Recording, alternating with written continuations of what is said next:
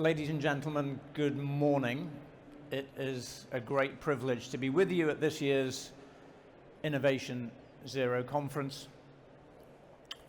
You might have noticed that the world is changing. That might give us pause to be despondent. It might give us reason to be distracted. We don't have time for that. You know that. But the fact that the world is changing in many ways amplifies the need for the UK's National Wealth Fund. The government has given us more money, £27.8 billion of notional capital, an increased risk budget of £7 billion, and we're already hard at work. We've deployed £5 billion in just over 50 transactions, roughly £100 million a ticket. We have a fundamentally different risk appetite, more of which later, but a fundamentally different risk appetite than the market, pound for pound, taking 4 times as much risk as the UK's commercial banks and twice as much as the EIB. Now, that's not a claim for heroism. That is a statement of policy design.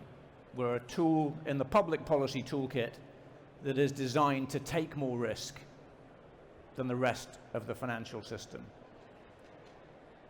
And we're doing just that, but we've got an awful lot more ahead of us. This is a young organization with a large mandate, and we're looking forward to amplifying and supporting the government's industrial policy and strategy.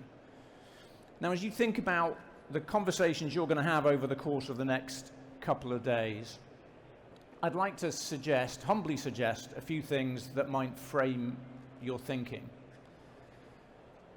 The first is, I think we just need to acknowledge the magnitude, the gravity of the challenge that we're embarking upon, right?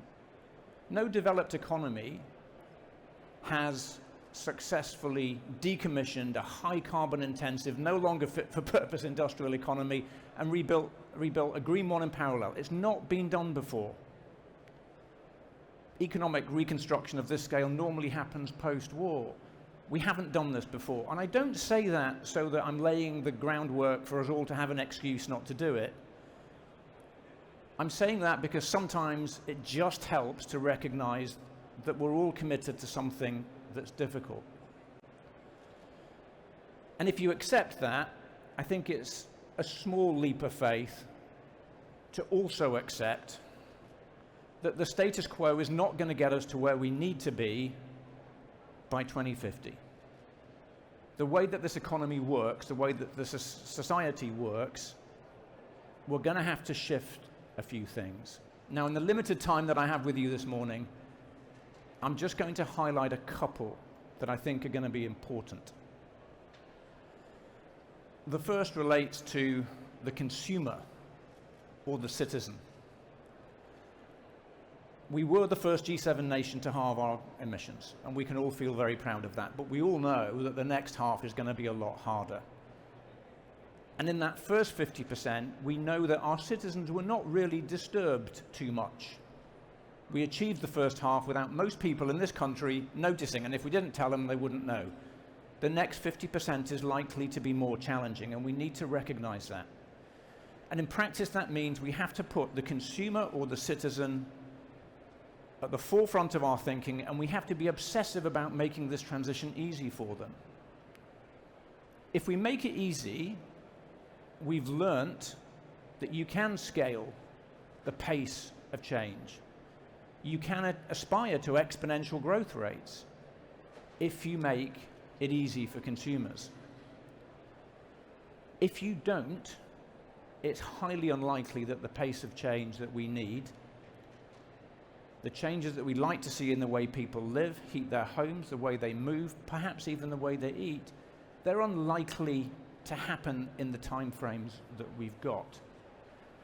So being obsessive, all of us involved in this transition, if we can be obsessive about understanding the needs of the consumer and the citizen and making sure that everything we do is in service of making that transition easy. Now, the principal reason is that we need to do that so we can meet the pace that we need. But there's a secondary reason which is beginning to emerge. For much of the 4 years that I've been in this role, I've been able to say climate change is not a political issue in the UK. Look across the Atlantic and it is, but in the UK it's not. Well, early signs are emerging that populist politicians are beginning to recognize that the transition is going to disturb citizens, and they're beginning to pull on that thread. The best thing we can do to make sure that climate change does not become a political football here of any consequence is to remain focused on making it easy for our consumers and citizens. So that's my first suggestion for you. The second suggestion relates to our individual and collective appetite for risk. Many of you will have heard me say on other platforms that I think this country's growth outcomes are entirely consistent with our risk appetite. We shouldn't expect to grow. We don't take the risk required for growth. If we don't change our risk appetite, individually and collectively, with respect to the climate transition, it's also likely that we will come adrift of our targets. It's wonderful to see others writing about this as well. Martin Wolf in the FT this week, I think, used the phrase, the UK's reflexive conservatism. Also in the FT, Janan Ganesh wrote a brilliant piece, maybe a couple of months ago now, saying every time we're faced with a choice between growth and the other thing, we choose the other thing, so let's stop harking on the need for growth. All of that, to me, is correct. And when I have the privilege of speaking to an audience like this, you get nods in the room when you say we all need to take more risk. But that challenge is a collective one and an individual one. My ask of everybody here, enjoy the conference, but when you get back to your day jobs, when you get back to the office, back to your boardrooms and back to your risk committees, challenge yourselves. Are we taking enough risk in service of this mission? Do we understand the risks we're taking, but are we taking enough risks in service of this mission? Now, I'm not having a pop at any particular sector. This isn't about the banks or the insurers or the asset managers or the regulators. It's not about Treasury officials. It's not about the media or the commentariat. It's all of us. We need to take more risk. And it sounds great, but the one thing we all need to be prepared for as we do that is that stuff's going to go wrong. Experiments will fail, entrepreneurs will fail, and we need to create a much more supportive environment for risk-taking. What we can't do is challenge people to take risk and then not provide some support when the inevitable speed bumps hit. Now, I really don't want to leave you with just a couple of challenges. I want to leave you feeling optimistic and confident about the UK's ability to meet the challenge ahead of us. And I think confidence and optimism is entirely appropriate. It's grounded in our reality. We were the first G7 nation to halve our emissions. Net zero is a legally binding commitment. We have a government with a very big majority, complete commitment to the transition, and 4 clear years of governing ahead that will also be publishing an industrial strategy that will reinforce this mission over the course of the next few months. I never imagined I'd be able to be on a stage and extol the virtues of respect for the rule of law, or science, or facts, or the truth. But the fact is, today, in this country, we have the privilege of serving a society that does respect all of those things.